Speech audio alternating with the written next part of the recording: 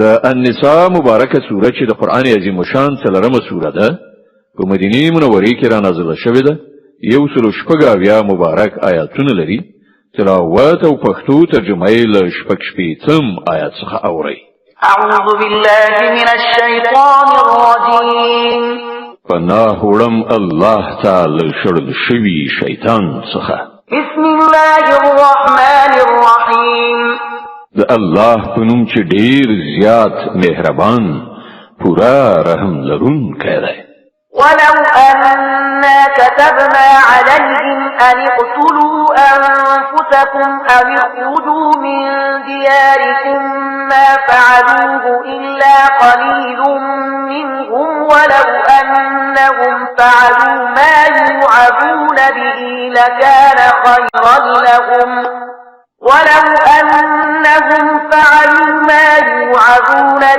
لكان خيرا لهم وأشد تثبيتا وإذا لآتيناهم من لدنا أجرا عظيما ولهديناهم صراطا مستقيما.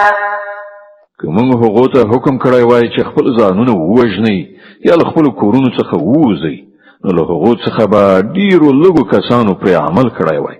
په داسې حال کې کوم نصيحت چې هغه ته کول کیږي که دوی پر هغه عمل کړی وای، نو دا به دوی لپاره د ډیر خوالي او زیاتې ډاډینې موجب وو. او چې کله دوی داسې کولای، نو موږ به دوی ته خپل لوري نه ډیر زیات ثواب ورکړی وای او دوی ته به مو سم لاره ښودلې وای. ومن يطع الله والرسول فأولئك مع الذين أنعم الله عليهم من النبيين والصديقين والشهداء والصالحين وحسن أولئك رفيقا. څوک چې د الله او پیغمبر اطاعت وکړي، دوی به د هغو خلکو ملګري وي چې پر هغو باندې الله پیرزوینه کړې ده، یعنی پیغمبران، صدیقان، شهیدان او صالحان. څومره ښه ده دا ملګرتیا چې چاته په برخه شي. ذلك الفضل من الله وكفى بالله عليما. دا حقیقي پیرزوینه ده چې د الله له لوري کیږي او د حقیقت پوهنې لپاره یوازې د الله علم کافی ده. يا أيها الذين آمنوا خذوا حذركم فانفروا ثبات أو انفروا جميعا. اے مؤمنانو، هر وخت مقابله لپاره چمتو اوسئ. بیا چې څنګه وخت مومي د بیلابیلو ټولګیو په توګه ووځئ یا یو موټی. وإن منكم لمن ليبطئن فإن أصابتكم مصيبة قال قد أنعم الله علي إذ لم أكن معهم شهيدا. هر څوک چې له تاسې نه داسې وي چې له جګړې نه ځان ګوښه کوي، که پر تاسې کوم مصیبت راشي، نو وایي الله پر ما باندې لویه مهرباني وکړه چې زه له دې خلکو سره لاړ نه شوم. ولئن أصابكم فضل من الله ليقولن كأن لم تكن بينكم وبينه مودة يا ليتني كنت معهم فأفوز فوزا عظيما. او که د الله له لوري پر تاسې لورینه وي، نو وایي او په دا شانې وایي چې د چا خبره ستاسې او د هغه تر منځه د دوستۍ خو له سره کومه اړیکه نه وه، چې کاشکې زه هم له هغو سره وای، نو پوره کار به مې برابر شوی.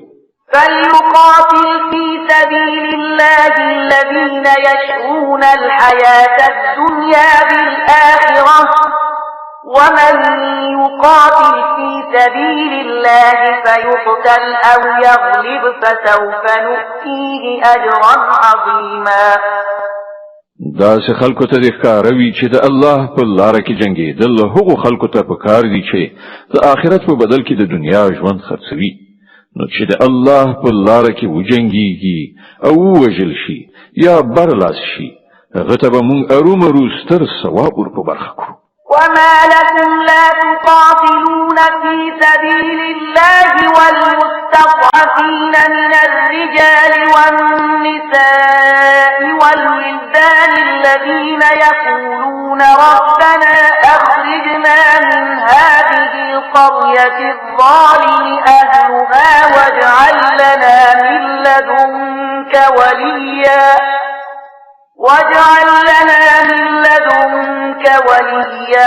واجعل لنا من لدنك نصيرا.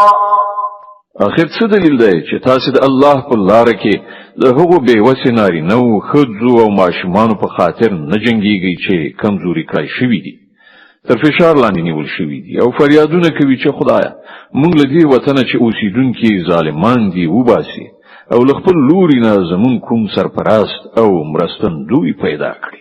الذين آمنوا يقاتلون في سبيل الله والذين كفروا يقاتلون في سبيل الطاغوت فقاتلوا أولياء الشيطان إن كيد الشيطان كان ضعيفا.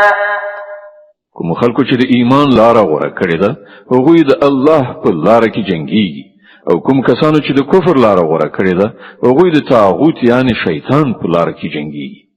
د شیطان له ملګرو سره وجنګيږي او باور ولري چې د شیطان د سیسې په حقیقت کې ډېرې کمزوري دي. ألم تر إلى الذين قيل لهم كفوا أيديكم وأقيموا الصلاة وآتوا الزكاة فلما كتب عليهم القتال إذا فريق منهم يخشون الناس كخشية الله أو أشد خشية وقالوا ربنا لم كتبت علينا القتال لولا أخرتنا إلى أجل قريب قل متاع الدنيا قليل والآخرة خير لمن اتقى ولا تظلمون فتيلا. هغو خلکو ته کتلی دي چې هغو ته ویل شوي وو چې خپل لاسونه له جنګ نه منع کړئ، لمونځ قایم کړئ او زکات ورکړئ. اوس چې هغو ته د جنګېدو امر وشو نو له هغو څخه یوه ډله له خلکو څخه داسې ویریږي لکه څنګه چې د خدایه ویره پکار ده یا له دې نه هم څه زیاته. وایي خدایه تا پر موږ باندې ولې د جنګېدو امر ولیکه؟ ولې دې موږ ته لږ څه نور مهلت رانه کړ؟ دوی ته ووایه د دنیا د ژوند پانګه لږ ده او آخرت د پرهیزګار انسان لپاره ډېر غوره دی او پر تاسې به د یوې ذرې په اندازه هم ظلم ونه کړای شي. أينما تكونوا يدرككم الموت ولو كنتم في بروج مشيدة وإن تصبهم حسنة يقولوا هذه من عند الله وإن تصبهم سيئة يقولوا هذه من عندك قل كل من عند الله فما لهؤلاء القوم لا يكادون يفقهون حديثا. پاتې شو مرګ نو چېرته چې یاست هغه په هر صورت درته راتلونکی دی. که تاسې په هر څومره محکمو کلاګانو کې هم اوسئ، که دوی ته څه ګټه رسیږي نو وایي دا د الله له لورې ده او که څه زیان ور واوړي نو وایي دا ستا له لاسه دي. ورته ووایه هر څه د الله له لورې دي. آخر په دې خلکو څه شوي دي چې په هیڅ خبره نه پوهېږي. ما أصابك من حسنة فمن الله وما أصابك من سيئة فمن نفسك وأرسلناك للناس رسولا وكفى بالله شهيدا. اے انسان تا ته چې هره ښېګڼه در رسیږي دا د الله په پیرزوینه رسیږي او په کوم غم چې اخته کیږي هغه ستا د خپلو کړو وړو له امله دی. اے محمد صلی الله علیه وسلم مونږ ته د خلکو لپاره د پیغمبر په حیث لېږلی او په دې باندې د خدای شاهدي کافي ده. من يطع الرسول فقد أطاع الله ومن تولى فما أرسلناك عليهم حفيظا. چا چې د پیغمبر اطاعت وکړ هغه په اصل کې د خدای اطاعت وکړ او چا چې مخ واړاو نو په هر صورت مونږ په دې خلکو باندې څه د څارونکي او ساتونکي په توګه نه یې لېږلی. ويقولون طاعة فإذا برزوا من عندك بيت طائفة منهم غير الذي تقول والله يكتب ما يبيتون فأعرض عنهم وتوكل على الله وكفى بالله وكيلا.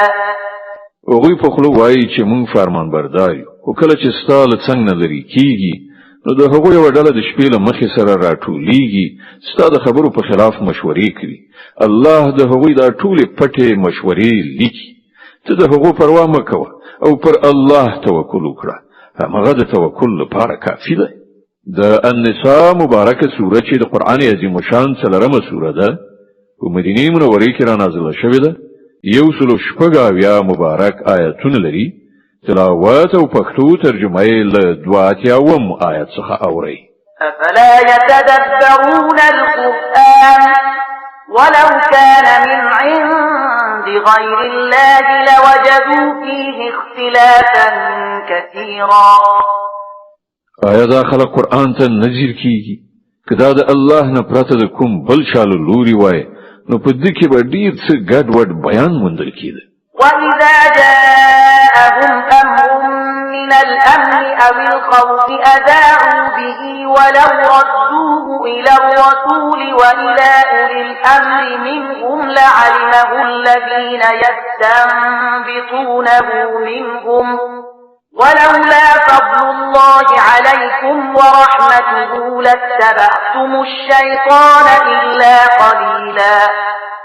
دوی چې کله کوم د ډاډ یا ویرې خبره واوري هغه خبروي، په داسې حال کې چې که دوی هغه پیغمبر او د خپل ډلې مسؤلو کسانو ته ورسوي نو پر هغه به داسې ډول خلک وپوهیږي چې د دوی په منځ کې د دې خبرې صلاحیت لري چې له هغې څخه سمه نتیجه واخیستلی شي.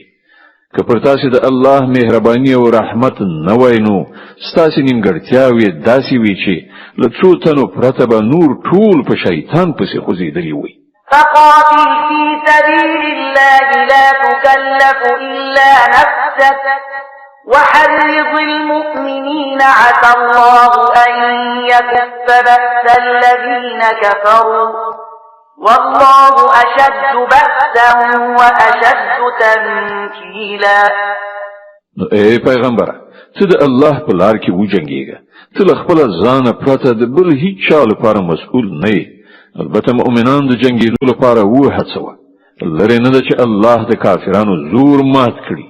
د الله زور تر ټولو ډیر زیات او د هغه سزا تر ټولو ډیره سخته.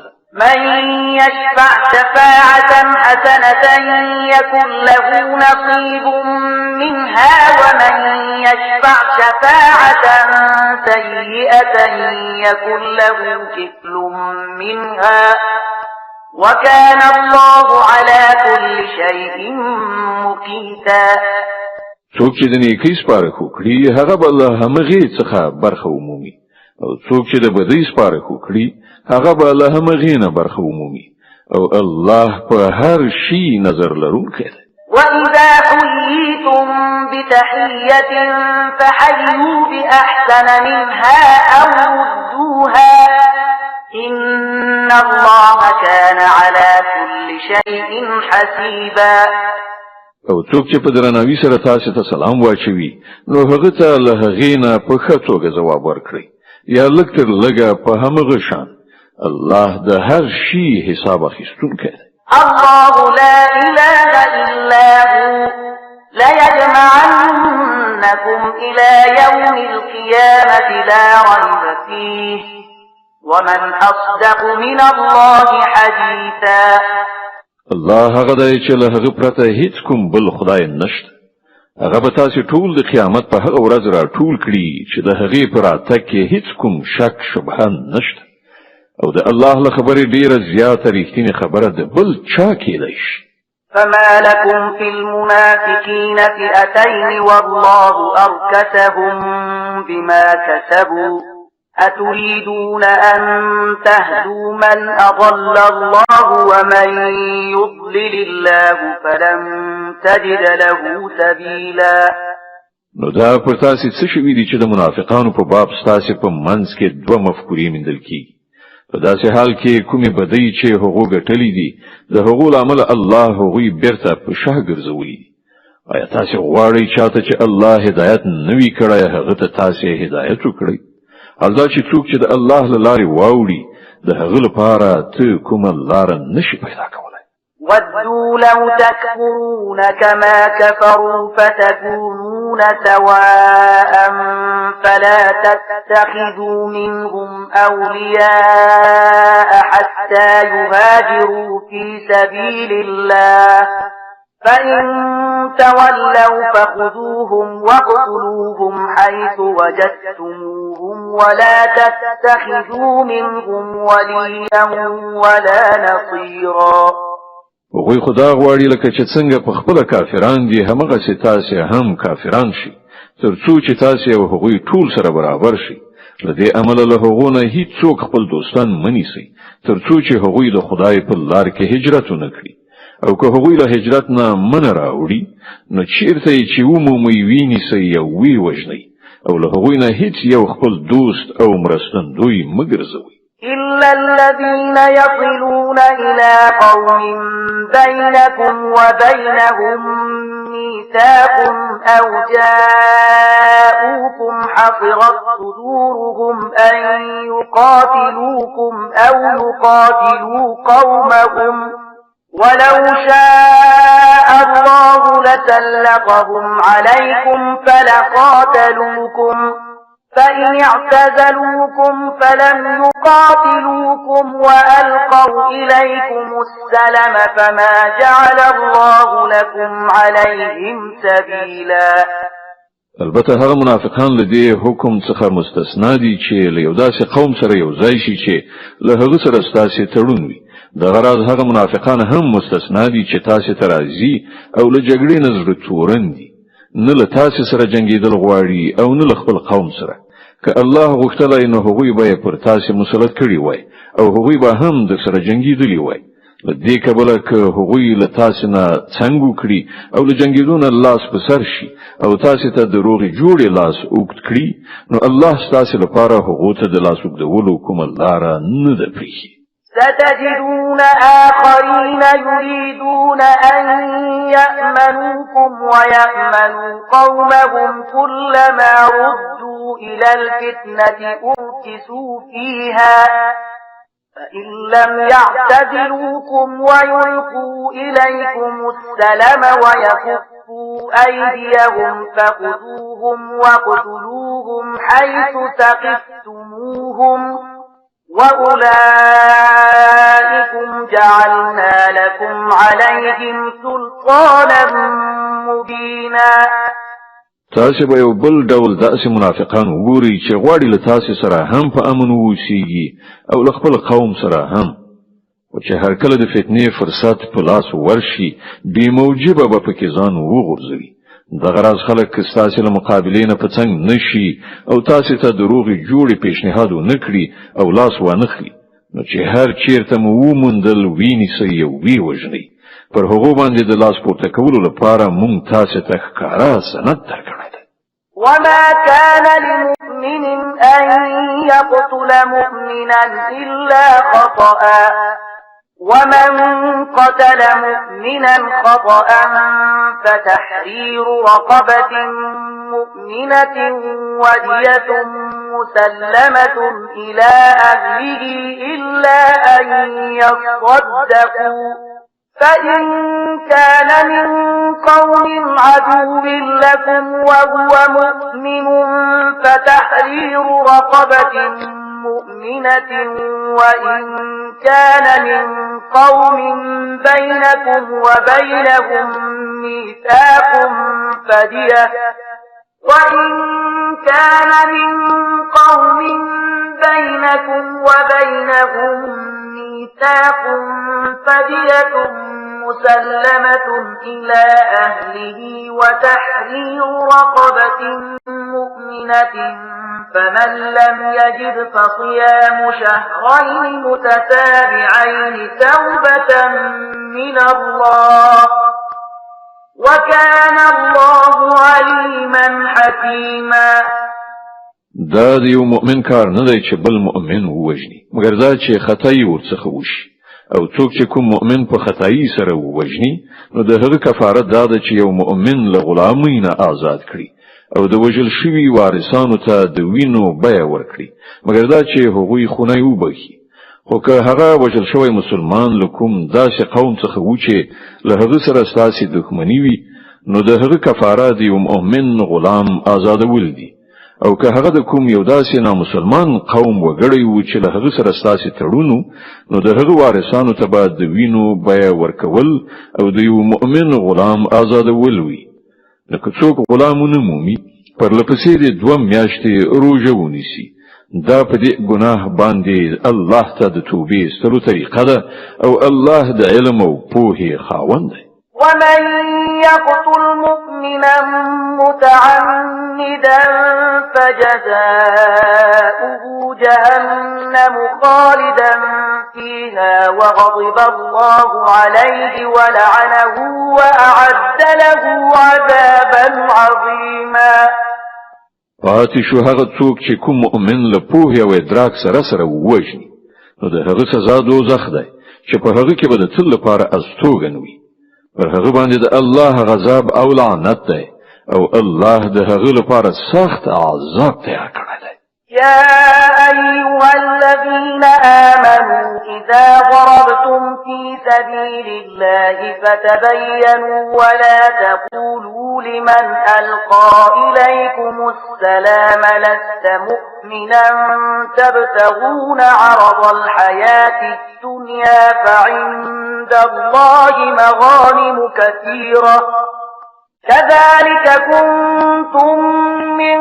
قبل فمن الله عليكم فتبينوا إن الله كان بما تعملون خبيرا اے مؤمنان کله چې د الله په لار کې د جهاد لپاره ووځئ نو د دوست او دښمن په منځ کې توپیر وکړئ او څوک چې تاسو ته سلام واچوي هغه ته سمدلاسه مو وایاست چې ته مؤمن نه یې که تاسو د دنیا ګټه غواړئ نو له الله سره ستاسو لپاره د ولجی ډیرې زیاتې شتمنۍ شته اخر په همدې حالت کې خو تاسو په خپل هم له دینه مخکې اخته شوي وي بیا الله پر تاسو مهربان شو لدې عمل لغور نه کار واخلئ تاسو چې څه کوي الله پر خبر ده لا يستوي القاعدون من المؤمنين غير أولي الضرر والمجاهدون في سبيل الله بأموالهم وأنفسهم فضل الله المجاهدين بأموالهم وأنفسهم على القاعدين درجة وكلا وعد الله الحسنى وفضل الله المجاهدين على القاعدين أجرا عظيما درجات منه ومغفرة ورحمة وكان الله غفورا رحيما د مسلمانانو څخه هغه کسان چې بې عذره په خپل کورونو کې ناست دي او هغه کسان چې د الله په لار کې په سر او مال جهاد کوي د دواړو حیثیت یو شان نه دی الله د ناستو په پرتله د هغو کسانو درجه چې په سر او مال جهاد کوي ډیره لوړه ګرځولې ده که څه هم له هر یو سره الله د ښېګڼې وعده کړې ده خو د هغه په وړاندې د مجاهدینو د خدمتونو بدله له ناستو کسانو څخه ډیره زیاته ده د هغو لپاره د الله لخوا سترې درجې دي او بخښنه او رحمت دی او الله لوی بخونکی او رحم کوونکی دی إن الذين توفاهم الملائكة ظالمي أنفسهم قالوا فيم كنتم قالوا كنا مستضعفين في الأرض قالوا ألم تكن أرض الله واسعة فتهاجروا فيها فأولئك مأواهم جهنم وساءت مصيرا کوم خلکو چې پر خپل نفسونو ظلم کاوه پرښتو له هغو څخه د هغو د ساخیستلو په وخت کې پوښتنه وکړه چې تاسو په څه حال کې اخته وئ هغوی ځواب ورکړ چې موږ په ځمکه کې کمزوري او مجبورو. پرښتو وویل آیا د خدای ځمکه پراخه نه وه چې تاسې په هغې کې هجرت کړی وای؟ دا هغه خلک دي چې استوګنځی دوزخ دی او هغه ډیر بد استوګنځی دی. إلا المستضعفين من الرجال والنساء والولدان لا يستطيعون حيلة ولا يهتدون سبيلا فأولئك عسى الله أن يعفو عنهم وكان الله عفوا غفورا. هو کوم نارینه ښځې او ماشومان چې په رښتیا بې وسې دي او د وتلو کومه لاره او وسیله نه مومي کېدای شي چې الله هغو ته بښنه وکړي. الله لوی بښونکی او تېرېدونکی دی. د النساء مبارکه سوره چې د قرآن عظیم الشان 4مه سوره ده په مدینې منورې کې رانازله شوې ده. 176 مبارک آیاتونه لري. تلاوت او پښتو ترجمه یې له 3 آیات څخه اورئ. ومن يهاجر في سبيل الله يجد في الأرض مراغما كثيرا وسعة ومن يخرج من بيته مهاجرا إلى الله ورسوله ثم يدركه الموت فقد وقع أجره على الله وكان الله غفورا رحيما. څوک چې د الله په لاره کې هجرت وکړي هغوی به په ځمکه کې د پناه اخیستلو ډیر ځایونه او د ژوند تیرولو لپاره ډیره پراخي ومومي.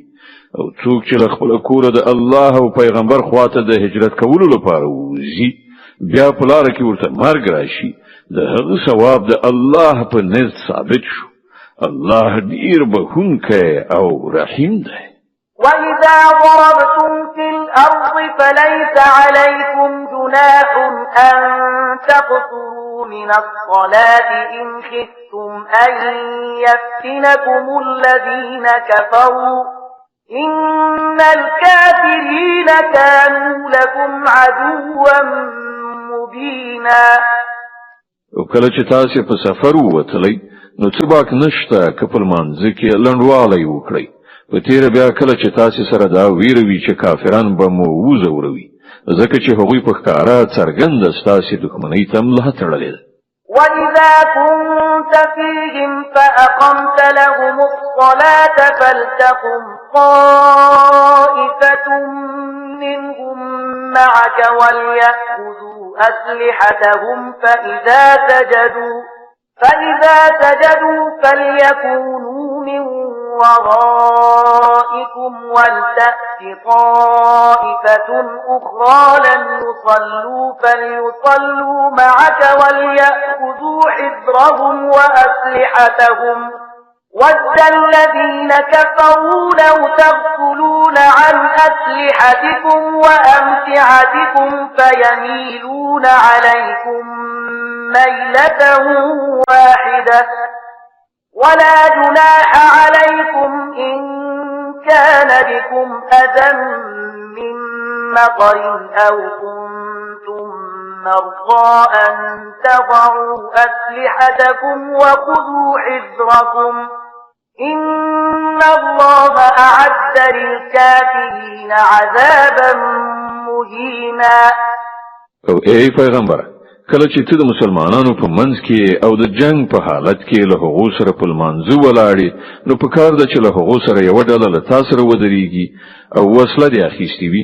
بیا چې کله هغوی سجده وکړه نو په وروسته دې لاړ شي او هغه بله ډله چې تر اوسه یې لمونځ نه دی کړی را دې شي له تا سره دې لمونځ وکړي او هغه دې هم تیار سي او په وسله سمبال وسي. ځکه چې کافران دې ته څارو دي چې که تاسې له خپلو وسلو او خپلو تجهیزاتو نه لږ شان غافل شئ نو هغوی به پر تاسې یو وار توی شي. البته که تاسې د باران له امله تکلیف احساس کړئ یا ناروغان اوسئ نو په وسله ایښودلو کې څه باک نشته او بیا هم څارو اوسئ. باور ولرئ چې الله د کافرانو لپاره رسوا کوونکی عذاب تیار کړی دی. فإذا قضيتم الصلاة فاذكروا الله قياما وقعودا وعلى جنوبكم فإذا اطمأننتم فأقيموا الصلاة إن الصلاة كانت على المؤمنين كتابا موقوتا. بیا کله چې لمانځه څخه وزګار شي نو د ولاړې او ناستې او ملاستې په هر حالت کې الله یادوي او کله چې ډاډه شي نو پوره لمونځ ادا کړي. لمونځ په حقیقت یو داسې فرض دی چې د وخت له پابندۍ سره پر مؤمنانو لازم کړای شوی دی. ولا تهنوا في ابتغاء القوم إن تكونوا تألمون فإنهم يألمون كما تألمون وترجون من الله ما لا يرجون وكان الله عليما حكيما. د دې ډلې په تعقیبولو کې سستی مه کوئ. که تاسې کړاو ګالئ نو ستاسې په شان هغوی هم کړاو ګالي او تاسې له الله نه د هغه څه هیلهمند یاست چې هغوی یې هیلهمند نه دي. الله پر هر څه پوهیږي او هغه د حکمت او پوهې خاوند دی. إنا أنزلنا إليك الكتاب بالحق لتحكم بين الناس بما أراك الله ولا تكن للخائنين خصيما واستغفر الله إن الله كان غفورا رحيما. ای پیغمبره مونږ دا کتاب په حق استا لوري ته درلېږلی دی تر څو چې هغه سم لاره چې الله درته ښودلې ده له هغې سره سمه د خلکو په منځ کې فیصله وکړي. ته د خائنانو لخوا جګړه کوونکی مه کېږه. له الله نه بخښنه وغواړه. هغه ستر بخښونکی او رحیم دی. ولا تجادل عن الذين يختانون أنفسهم إن الله لا يحب من كان خوانا أثيما. کوم کسان چې له خپل ځان سره خیانت کوي ته د هغو ملاتړ مه کوه. د الله هغه څوک نه خوښیږي چې خائن او د ګناه په لار روان وي. يستخفون من الناس ولا يستخفون من الله وهو معهم إذ يبيتون ما لا يرضى من القول وكان الله بما يعملون محيطا. دا خلک کولی شي چې له انسانانو څخه خپل کړه وړه پټ کړي خو له خدای څخه یې نشي پټولی. هغه خو په هغه وخت کې هم له هغو سره وي چې کله دوی د شپې له مخې په پټه د هغه د رضا پر خلاف مشورې کوي. د دوی پر ټولو کړو وړو د الله علم چارپیر دی. ها أنتم هؤلاء جادلتم عنهم في الحياة الدنيا فمن يجادل الله عنهم يوم القيامة أم من يكون عليهم وكيلا. تاسو خو په دنیوي ژوند کې د دې مجرمانو جنگ پر خپل سر واخیست خو د قیامت په ورځ به د دوی له لوري څوک جګړه وکړي. خنو هلته به څوک د دوی وکالت وکړي. ومن يعمل سوءا أو يظلم نفسه ثم يستغفر الله يجد الله غفورا رحيما. که څوک بد عمل وکړي یا پر خپل ځان ظلم وکړي او له هغه وروسته له الله څخه بخښنه وغواړي نو الله به بخښونکی او رحیم ومومي. ومن يكسب إثما فإنما يكسبه على نفسه وكان الله عليما حكيما. وڅوک چې بدی وګټي نو د هغه دا ګټه به د همغه لپاره وبال وي. الله پر ټولو خبرو خبر دی او هغه د پوهې او حکمت خاوند دی.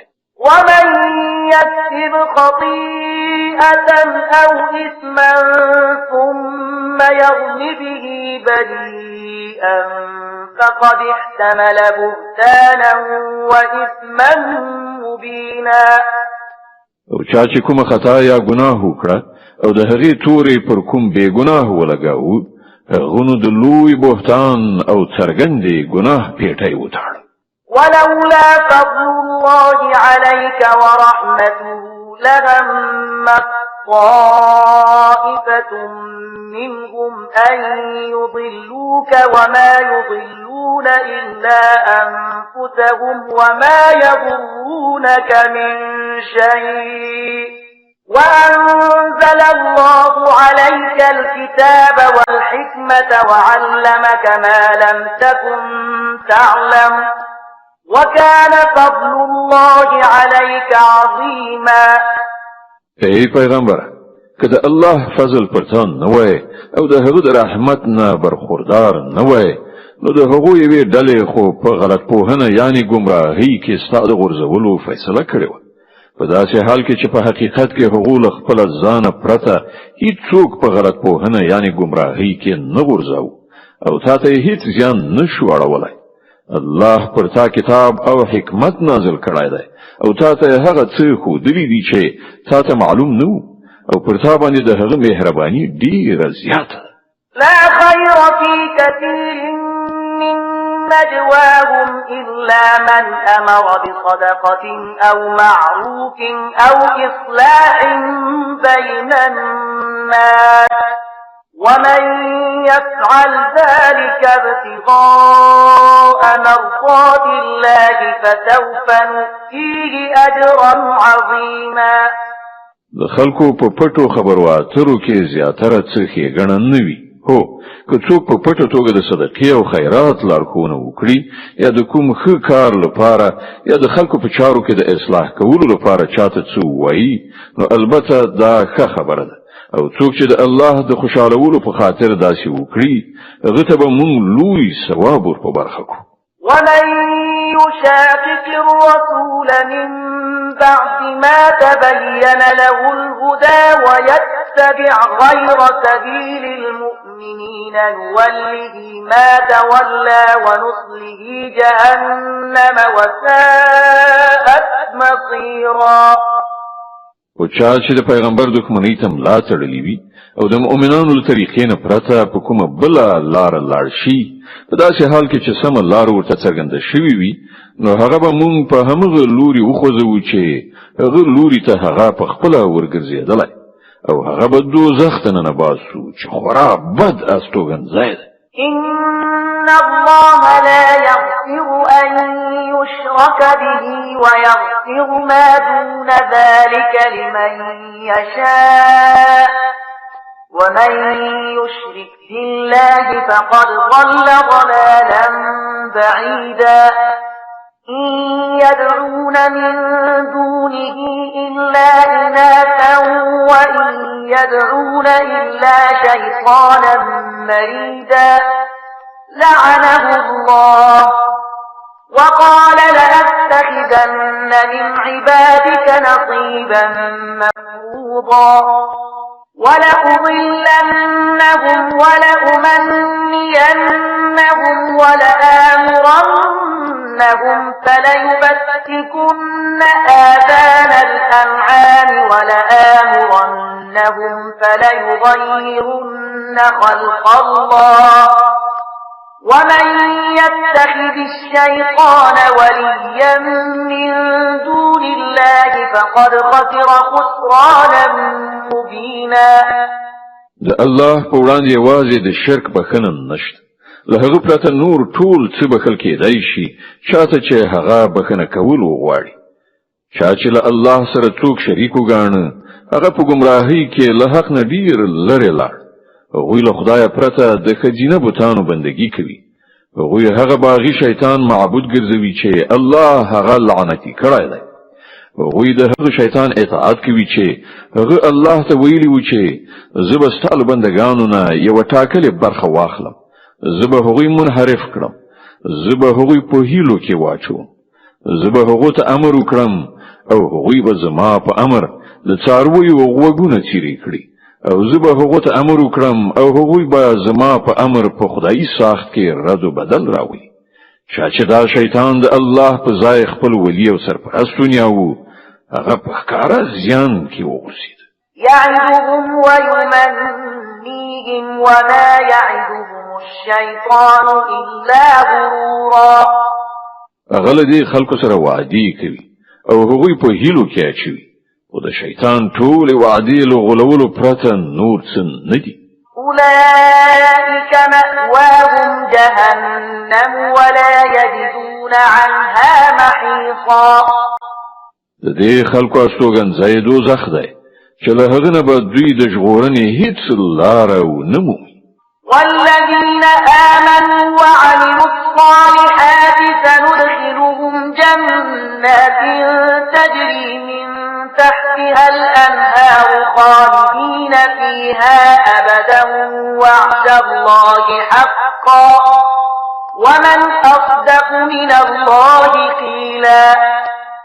پاتې شول هغه خلک چې ایمان راوړي او ښه کارونه وکړي نو موږ به هغوی داسې باغونو ته ننباسو چې تر هغو لاندې به ویالې بهیږي او هغوی به پکې د تل لپاره استوګن وي. دا د الله رښتینې وعده ده او له الله نه به زیات څوک په خپله خبره کې رښتینی وي. ليس بأمانيكم ولا أماني أهل الكتاب من يعمل سوءا يجز به ولا يجد له من دون الله وليا ولا نصيرا. د چارو عاقبت نستاسې په هیلو پورې تړلی دی نه د اهل کتابو په هیلو پورې. هر څوک چې بد وکړي د هغه سزا به ومومي او د الله په مقابله کې به د ځان لپاره هیڅ کوم ملاتړ او مرستندوی ونشي موندلی.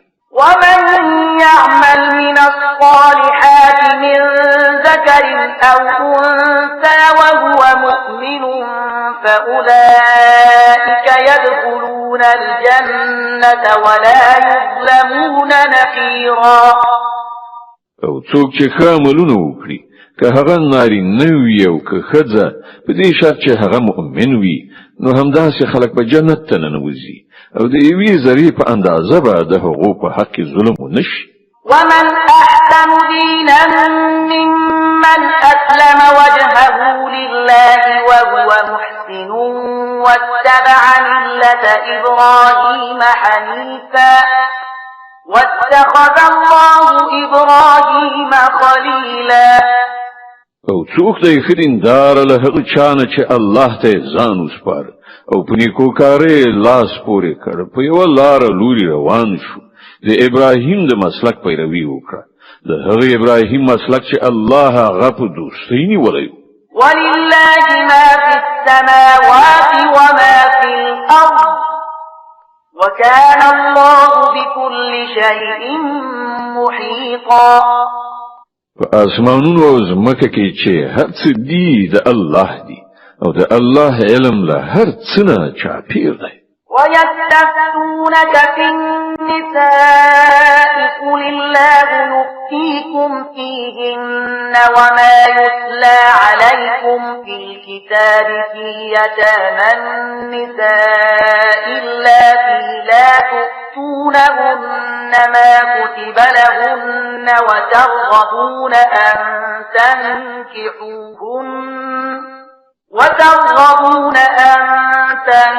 تنكحوهن والمستضعفين من الولدان وأن تقوموا لليتامى بالقسط وما تفعلوا من خير فإن الله كان به عليما. خلق لتانه د خزو په باب فتوا غواړي وایا الله تاسو ته د هغو په باب فتوا درکوي او د دې ترڅنګ هغه حکمونه هم درزده کوي چې له پخوا راهیسې تاسو ته په دې کتاب کې اورول کیږي یعنی د هغو یتیم جنو په باب حکمونه چې تاسو د هغو حقوق نه ورکوي او غواړي چې نکاح ورسره وکړي او د بیوزلو بیوسې ماشومانو په باب حکمونه. الله تاسو ته لارښوونه کوي چې د یتیمانو په حق کې په عدالت ولاړ اوسئ او تاسو چې کومه ښېګڼه وکړئ هغه به د الله له علم نه پټه پاتې نشي. صدق الله العظيم. الله ستر رښتیا ویونکی دی.